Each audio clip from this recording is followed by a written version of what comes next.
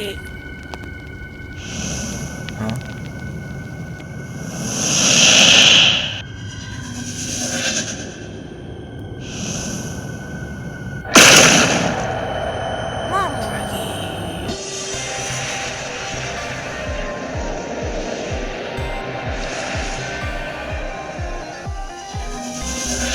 Let's go.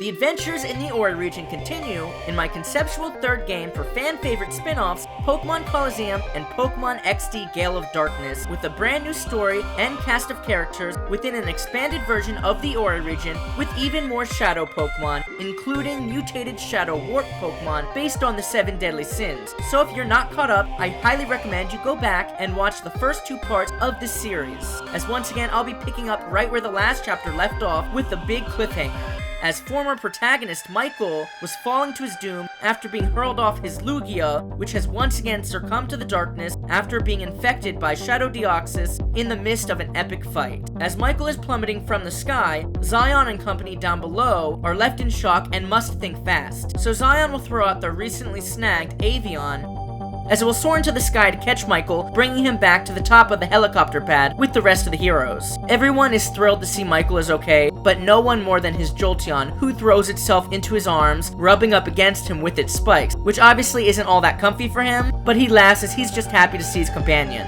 Speaking of which, he's still in shock over what happened with his Lugia, terrified to see it go back into its shadow form, especially after how far they've come together. Everyone then looks up at Shadow Lugia and Shadow Deoxys, who are still just kind of floating up there in the sky, almost as if they're communicating with one another, as Shadow Deoxys will then transform into its speed form as they both soar away into the distance. Zion wonders why Shadow Deoxys was chasing after him. After having a brief reunion with their Avion, Chatham will then step in, saying Zion, who is the Shadow Slayer, aka a robot, is the key to the device that summoned this meteorite with the Dark Contagion, responsible for making Shadow Pokemon both artificially and now organically, as this virus has now landed back in the Orre region in its most potent form. He then says while Cipher believed the Shadow Slayer, aka Zion, was destroyed by Mykel, they have future plans for this device, as this meteorite was just a prototype or test. The device Zion activates lures this dark substance that creates Shadow Pokemon like frost moths to a flame, and given the meteorite was swarming with this substance, this device was able to attract it to any set location. But it also turns out that Shadow Pokemon are triggered by this device as well, and given this device and Zion are 2 sides of the same coin, it turns out that the Shadow Pokemon are also triggered by Zion, which could also be used to explain why Zion is the one who's taking down and battling all these powerful Shadow Warp Pokemon, as they naturally attract them. Namid is obviously very upset with her father after finding out he's helped fund Cipher's work and these projects, and while she does have every right to be upset with him, I can't reiterate this enough, Chatham is not a bad guy. Sure, he's done some bad things, but he's not part of Team Cipher. All he did was help fund their projects, and only as his family and daughter was threatened multiple times. And while he was aware of what Cipher was doing, he was also aware that they would have been able to take whatever they wanted regardless of the stance he took. But giving it to them willingly ensured his family's safety after all was said and done when this meteorite and the Shadow virus arrived. And he would do anything to protect his family. So if you ask me, that makes him a good guy, or at least nuanced. I don't think it's fair to completely pin him as a villain, even though he did play an antagonistic role in the last part, trying to turn in Zion to Cipher, but in his defense, Zion is a mere robot and his daughter Namid was threatened.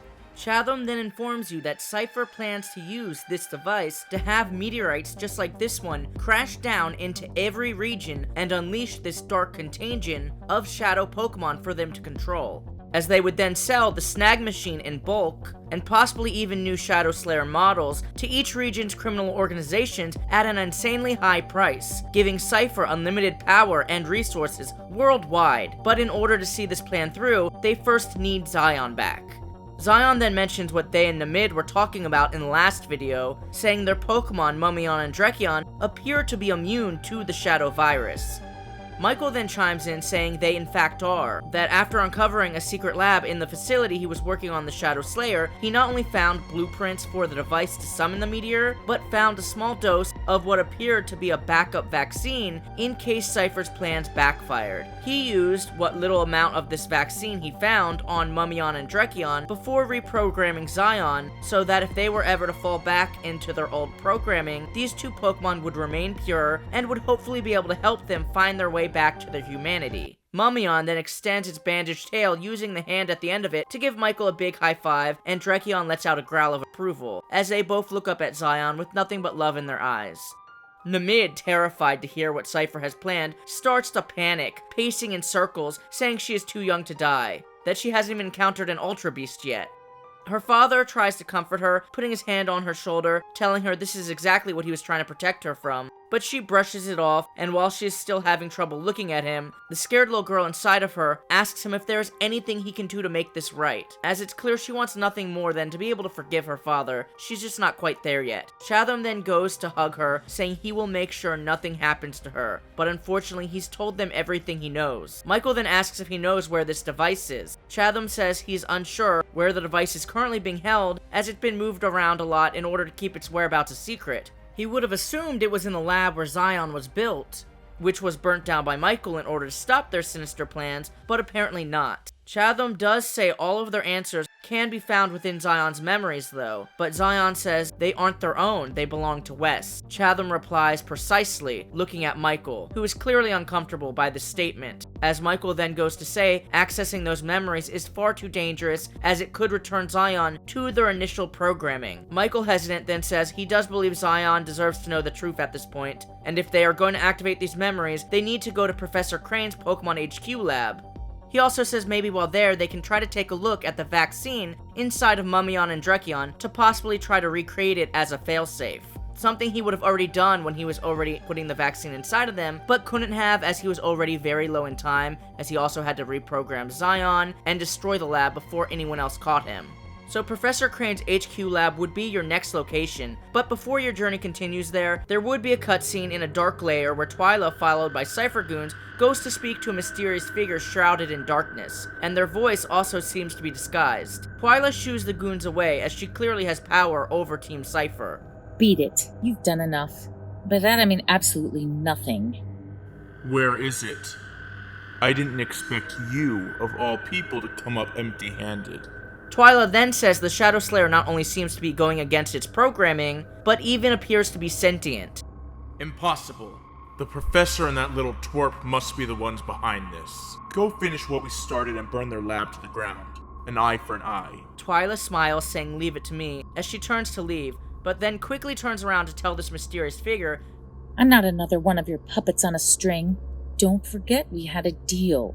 I hope for everyone's sake you're able to keep up your end of the bargain. You have my word. And then Twila rolls her eyes and chuckles. Yeah, I'm not sure how much that is worth.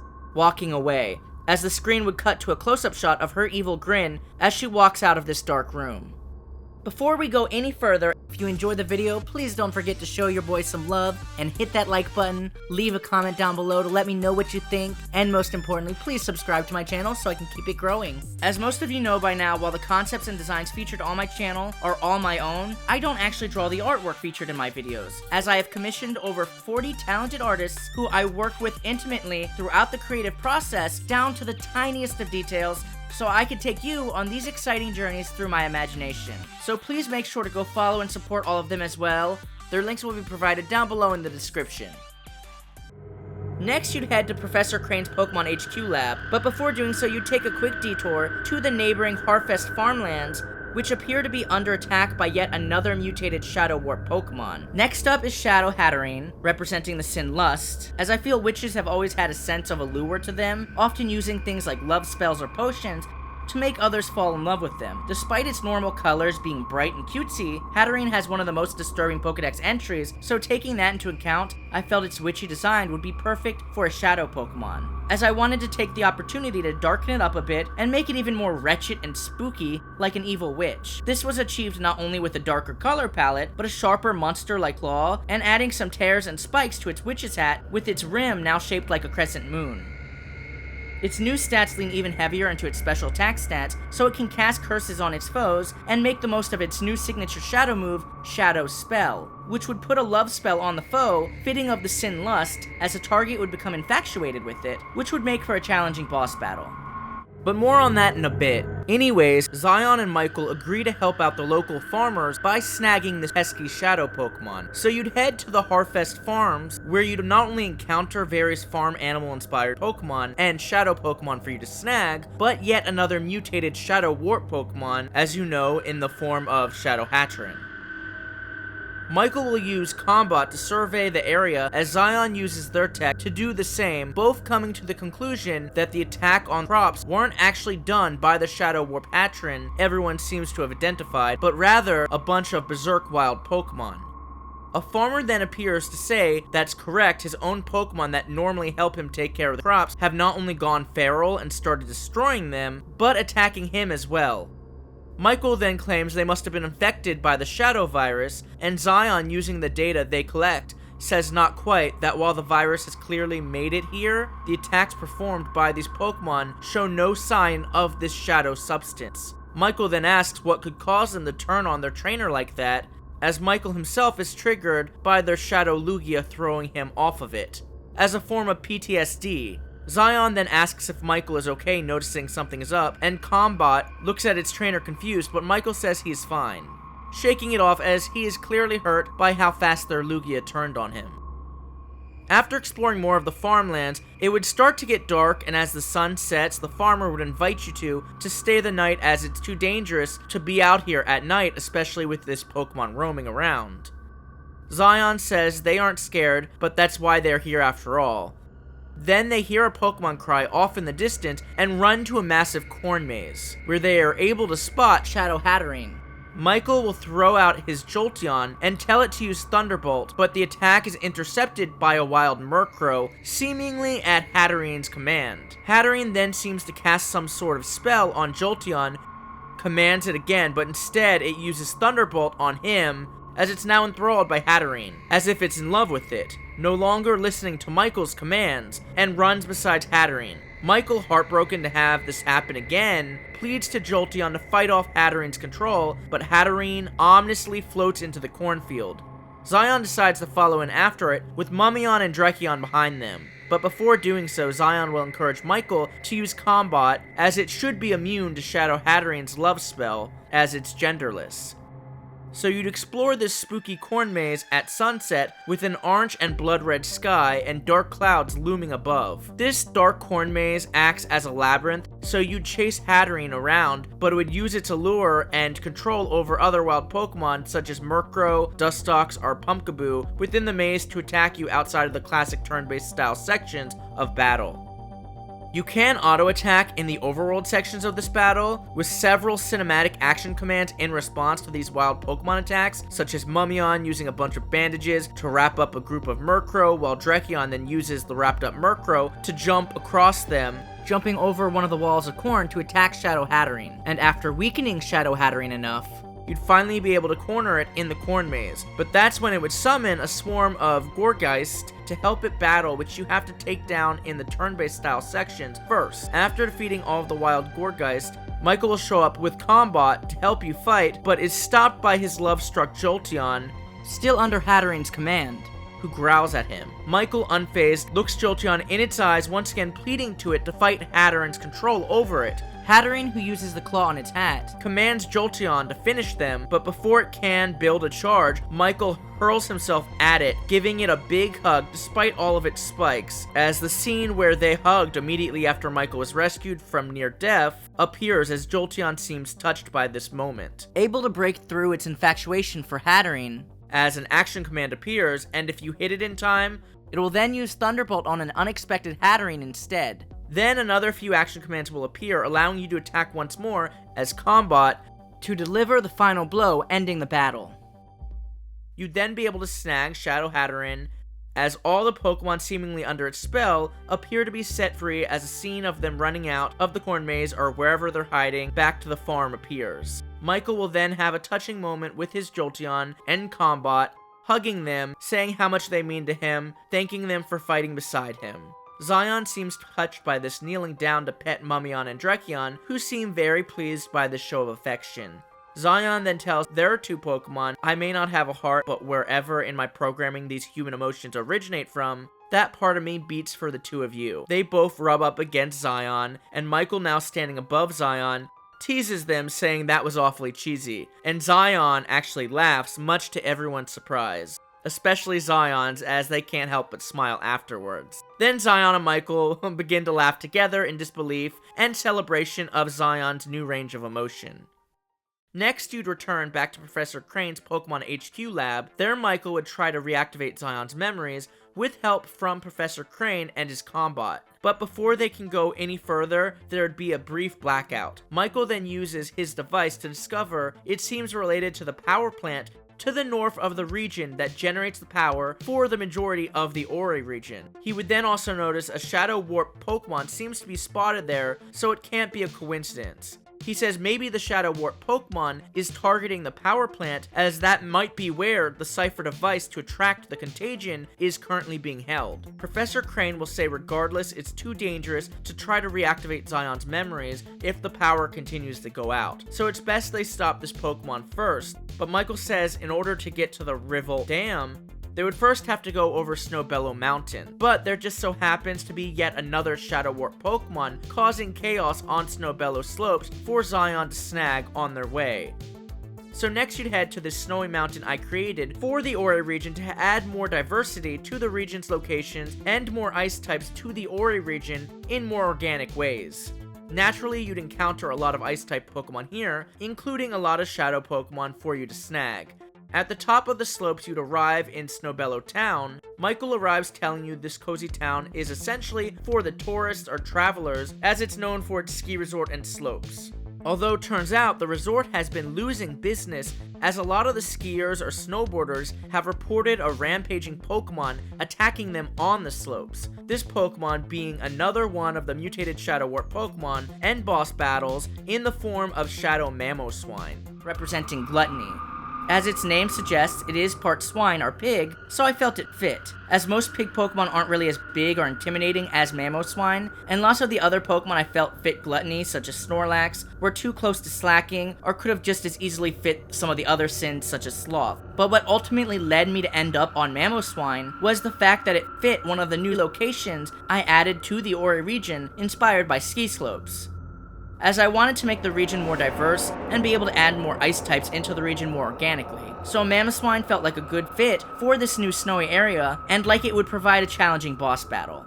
Its design scraps brown in favor of black, now sporting a longer, more villainous beard, as well as a more cracked skull-like headpiece, with the same cracks also being incorporated into its tusks, to give it more of a worn look. Its signature shadow move, Shadow Slurp, acts like moves such as Giga Drain, absorbing some of the target's HP, depending on the amount dealt, which I felt was fitting for Gluttony as it's literally devouring their health.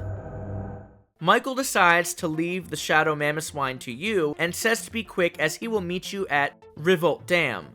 You'd head to the slopes to find Shadow Mamoswine, but first encounter a snowboarder who turns out to be no other than Grusha, who is visiting from the Paldea region to enjoy the slopes. Clearly at the worst possible time with the release of this Shadow virus. However, Grusha is also determined to stop this dangerous Pokemon to protect others trying to enjoy the slopes with help of their new Glaceon, as they've acquired it while here in the Orre region, as Eevee and the Eeveelutions are kind of the starters of this region. And I wanted each Eeveelution to be on at least one trainer's team within this story, so you'll have to wait to see where all the others fall. While Grusha admires you for trying to stop the Shadow Pokemon, you'd actually get to battle Grusha here, as he isn't willing to let you steal all of the glory for stopping the Pokemon after he's already had a few tuffles with it. Grusha would have a new updated team tailor-fitted for the Orre region.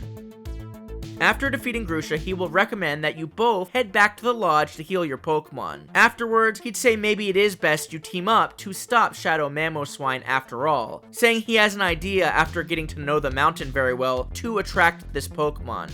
So Grusha snowboarding down the slope will essentially act as the bait, trusting you to stop Shadow Mamoswine. While battling Shadow Mamoswine on the snowy slope, you'd ride your advanced hover cycle, which by the way is the exact same bike WES used in Pokemon Colosseum to zoom across the desert. However, in this game, it can be used on various different terrain, including the snow, where it would act like a snowmobile. So while you'd stop on sections of the mountain to participate in the traditional 2 versus 1 turn-based style sections of battle, the more RPG style sections would be more fast-paced, racing down the slopes over the hills and avoiding trees and other obstacles on your bike until you catch up with Shadow Mamoswine and either enter the classic turn-based style sections of battle or as the cinematic action commands pop up, many of which you will actually attack as Grusha and Glaceon, who are snowboarding down the slope together, or your Mummion and Drekion in the bike's side cart that Umbreon and Espeon used to sit in Pokemon Colosseum.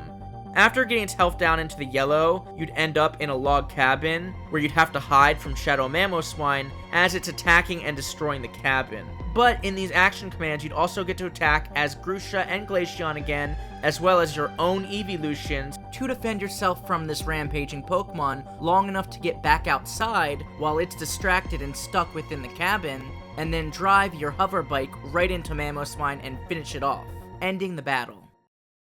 After snagging Shadow Mamoswine, Grusha will thank you for your assistance, saying he is glad the resort can return to business as usual, but they must admit having the rampaging Mamoswine really added some extra excitement for him, as he's an adrenaline junkie. The normally tough-as-nails Drekion seems to have developed a big crush on Grusha's Glaceon, by the way, but Mummion is not here for it, using her bandages to hold Drekion back as it makes its move, akin to Brock and Misty in the Pokemon anime. They all begin to laugh as poor Drekion, struggling to break free from Mummion's grasp, seems irritated. Glaceon will then walk up to Drekion and give it a kiss on its forehead, leaving a cold chill or a bit of a frost as it turns red. Mummion lets Drekion free, and Glaceon, continuing to play it cool, struts back to its trainer as they wave goodbye, wishing you luck on stopping the rest of the Shadow Warp Pokemon. Next, you'd go down to the east side of the mountain to Ashton Town, inspired by actual small towns in Arizona with inspiration from Phoenix, Arizona. Ashton is a charming desert-esque town built around the canyon right at the base of Revolt Dam. In fact, the people in the town seem to be worried the dam will be destroyed by this restless Shadow Warp Pokemon, as there have apparently not only been even more power outages throughout the region while you were on Snowbellow Slopes, but the river is starting to overflow as the dam has been cracked. Zion, however, promises to stop the Shadow Pokemon, but Cowboy and Cipher member Boone appears on the back of a Mudsdale to say they cannot allow you to go any further and catch yet another Shadow Warp Pokemon. Zion says they have no time to waste, that if they don't stop this Shadow Warp Pokemon, this town beneath the dam could potentially be wiped off the map completely. Boone says he won't allow that to happen, as he himself lives here in this town and has people he cares about here. So he has no intention of letting anyone get hurt, but he also says he has orders he's been given by his boss at Team Cipher that he cannot fail. So he must be the one to stop and snag this Shadow Warp Pokemon. So you then have yet another battle against Boone, who has an updated team of Wild West inspired Pokemon that will make for a challenging double battle, as his Bramblin and Cacnea have evolved since you last battled him, and he swapped out his Lycanroc for his trusty ride Pokemon Mudsdale, with the star of his team being a brand new Pokemon from my upcoming Brazil-inspired Fakemon region, the Zoni region, known as Gauchiro, which evolves from the small but scrappy Coatail, both of which using their long lasso-like tails to herd and wrangle in wild Pokemon such as Bouffalant, Miltank, and Tauros. While native to the Zoni region, they can obviously be found in the Orre region as well, as they're inspired by Coati, which is a member of the raccoon family found in Arizona to South America, which is why I felt this line fit right at home in the Orre region, being inspired by Arizona. This line is also inspired heavily by the Gaucho, which are the traditional cowboys in regions of southern Brazil, as well as other South American countries such as Argentina and Chile, with their unique lassos being incorporated into their tails. Gauchos, like cowboys, would ride horses and herd cattle, but unlike the cowboys in American culture, these cowboys weren't seen as outlaws, but rather more as heroes, which is where their fighting typing and names come into play, and why they appear in this chapter of the story to reflect the fact that Boone honestly believes he is the hero despite working for the bad guys. And I'm sure with Chatham's situation being so similar, you're starting to sense a theme here that is intentional, as this is a theme woven into the story that will appear again. as I really wanted to question the fine line between good and evil, as I felt this theme really fit the whole idea of Shadow Pokemon. Because a lot of times we are the heroes of our own stories, and oftentimes the villains of somebody else's. So it's all subjective, really, and nothing is in black and white. Anyways, back to the story. In the middle of the battle, a woman and a little boy with the cowboy hat would appear, cheering Boone on, as the little boy proudly says, "That's my daddy." Boone then reminds Zion that, as he told him before, that he isn't a bad guy, he just takes jobs wherever he can get them from the highest bidder, as it's not only a way to provide for his family, but fight crime head on. Zion asks how working for a bad guy is fighting crime. The little boy upset then says that his daddy isn't a bad guy, that he's a hero. Boone then says if he's ever found the person to hire him to be unethical, he has single-handedly stopped them. But as far as he can tell, Cipher's only trying to snag and control the Shadow Pokemon to protect the Orre region. That's why his boss wants the Shadow Slayer back, and that he truly believes his boss to be a good guy, otherwise he would have never taken the job. Zion then tells Boone he is being lied to and manipulated just as Mykel and Professor Crane were in the development of the Shadow Slayer, that whoever is running the show clearly tells people exactly what they want to hear in order to control them. Boone, triggered by this, proudly says no one controls me, and that he wouldn't expect a robot like Zion to understand something as complex as human emotions or intentions. And like Chatham, he was also promised his family would be kept safe from the aftermath of this dark contagion, as his Pokepistol has been upgraded to work as a snag machine capable of loading Pokeballs and converting them into snag balls, allowing him to snag Shadow Pokemon and use them to fight beside him, as he did back in the Under. After finally defeating Boone, he will say that you bested him once again, and Zion will try to tell them about Cipher's true plans, but before they can, Boone tells you to stop wasting any more time and hurry up and stop the Shadow Pokemon before it's too late, as his family and town are in danger, and he obviously can't do anything about it at the moment. Zion will then get on their motorcycle, looking over at Boone with his family, seeing just how different he is as he kisses his sweet wife and plays with his son, as the little boy says, "Don't worry, you're still the winner to me, Dad." Zion smiles and drives away as you'd make your way to Revolt Dam to face the culprit behind the blackouts, Shadow Milotic, who you'd face in the reservoir above the dam as it continues to attack the dam wall. For the Sin Pride, I chose Milotic, one of the Pokemon most associated with beauty, especially as its pre-evolution Feebas once required immense beauty in Pokemon contests in order to even evolve into it. So this one was a no-brainer for me, as I felt darkening its normally elegant design would result in something hauntingly beautiful. At least that's what I was going for. Not to mention the Orre region has always featured a lot of Hoenn Pokemon, as the games were released once again in Generation 3. And this boss battle takes place around a new waterfall and dam area I added to the region. Its tail and ears are made of pure darkness, as they almost look like purple flames, with the patterns along its tail now made to look like shattered glass, as I felt this would really help add an extra ominous element to the design and further the hauntingly beautiful look I was going for. Its signature move, Shadow Wave, would crash down on the foe, returning them to the party and switching out a new Pokemon in its place. This not only is to reflect the strong currents of water-type moves, and as a callback to one of my original moves I created, Riptide, but to represent pride, as this Pokemon feels no foe is good enough for it, so it's constantly shuffling them around in discontent. In this battle, you'd only have short windows outside of the turn-based style sections to auto-attack Shadow Milotic, as it would escape by diving into the lake, only emerging to attack you, which would add a real horror element to this battle, as you can see its silhouette slithering beneath the water, but it is still hard to know when it will strike, as its overworld attacks are so abrupt and unpredictable. But a lot of these attacks can be countered using the cinematic action commands, including one where Mummion uses its bandages to grab hold of Milotic just as it jumps out of the water, long enough for Drekion to run up the bandages and attack Milotic, as it would end up being submerged under the water with it clawing at it beneath the surface, fighting for its dear life as Milotic tries to drown it, until it blasts Drekion back out of the water in order to defend itself.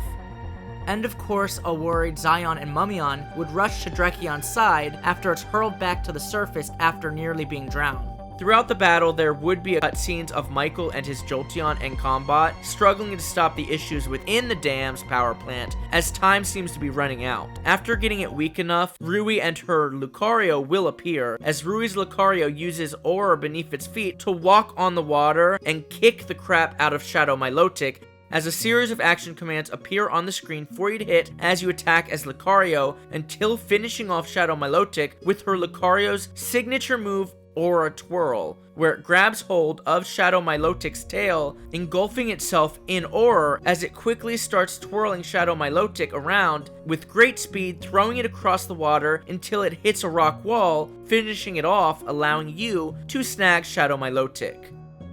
There will then be a cutscene to Mykel, who lets out a sigh of relief as they seem to fix problems inside the dam at the nick of time. With the help of their Pokemon, of course. You'd catch up with Rui and Mykel outside the dam, saying it's time to head back to the professor's lab to give Zion their memories back.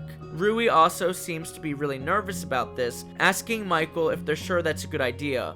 Mykel then says that Zion is their own person, and they deserve the truth if they are ever really to live. Rui agrees and asks Zion to please forgive her. Zion, confused, asks why, but Mykel then gets a distressing call from Professor Crane, begging Mykel to head back to the lab immediately as it's under attack. As it turns out that Cipher planted Shadow Milotic at the dam to cause the power outages as a diversion. Twila can be seen in the back of the screen with her Absol and Retri as the lab seems to be attacked by them. Before you all can rush to the lab to save it, Zion gets another frantic call as well from Namid, who says she has been able to use her tech to locate Shadow Deoxys, and shocker, it's heading their way really fast. The group, overwhelmed by all this information, decides to split up. Mykel will rush back to the lab assisted by Rui, while Namid will try to meet Zion in the Desert Canyon range, saying if he can find a way to lure Deoxys to this isolated area, she can use some of her tech to help him trap it without anyone getting hurt, as there should be no civilians in or around this area. So the team will do exactly that. But on your way, make sure to explore the Horseshoe Canyon I added to the region, inspired by Horseshoe Bend, as there are plenty of strong Shadow Pokemon here to snag, some of which may be useful in your next battle. After making it to the desert, which is home to a variety of even more new Pokemon for you to snag, Zion will be approached by Shadow Deoxys, still in its speed form, but luckily Namid has set up a bunch of her high-end traps in the desert with help from her father Chatham, who is trying his best to make amends with her. So you'd have the upper hand as you enter in a high-speed chase and battle through the desert against Shadow Deoxys in its speed form on your motorcycle, which once again is the same one Wes used in Pokémon Colosseum to speed through the Orre region's desert, with Mummion and Drekion in your sidecart able to auto-attack if you get close enough in range, which will be hard by the way, and of course there will be even more cinematic action commands where you dodge desert obstacles like cacti, boulders, giant cliffs, and even plenty of wild Pokemon. In fact, in one of the action commands, you'd even have to ride up a wild Onyx, as it's just too big to avoid. So instead, thinking on their feet, Zion uses it as a ramp to reach Shadow Deoxys as it runs straight up a steep cliff. After reaching areas like this or dealing enough damage, you'd slow Deoxys down enough to end up in the classic turn-based style sections of battle. And after getting Shadow Deoxys' health into the yellow, you'd have yet another cinematic action command where Shadow Deoxys will pick up speed, bursting around, but Mummion will use its bandages to wrap around the base of Deoxys' legs, trying to reel it in, but Deoxys is too strong, so it ends up pulling Zion and the entire motorcycle, dragging them through the sand and beating them around the desert as it bursts around, banging them into cliffs and cacti to try to break free. Drekion uses its strength to try to hold on tight to Mummion so they don't lose their grasp, but unfortunately they do end up crashing, and Deoxys escapes. Your motorcycle would be damaged, but not destroyed. All would seem lost at this moment, but then you'd see Namid and her Elgyem off in the distance hiding behind a rock structure with one of their traps in the ready. After she gives you the signal, one last action command button will appear, and if hit, Drekion and Mummion will both charge at Deoxys at the same time, helping to push it right into this trap, ending the battle. Deoxys, being electrified by this high-tech trap, switches to its defense form to protect itself and escape before Zion has a chance to snag it.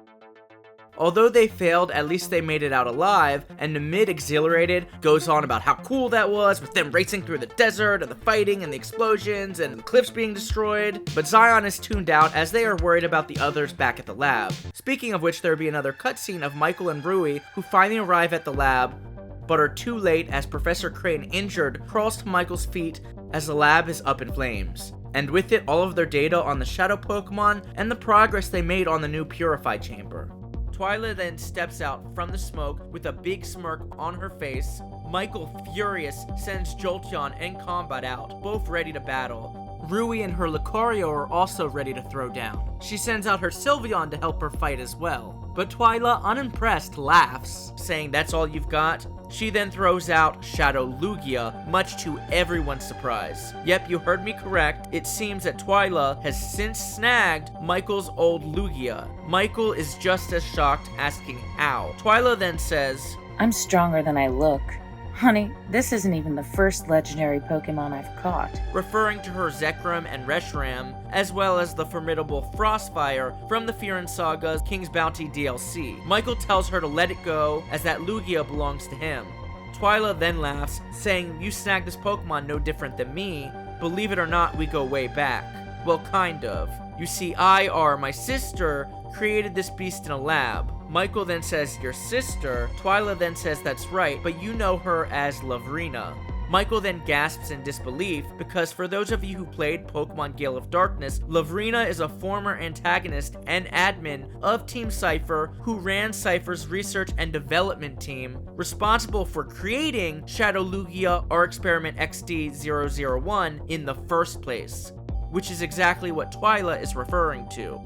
Lavrina was a hyperactive and sadistic trainer obsessed with beauty and power who had a real nasty bite. In fact, one of Cipher's researchers called Lavrina nothing short of terrifying in the original games. Sound familiar? Just like Twila. Mykel then says he stopped her sister and he will stop her too.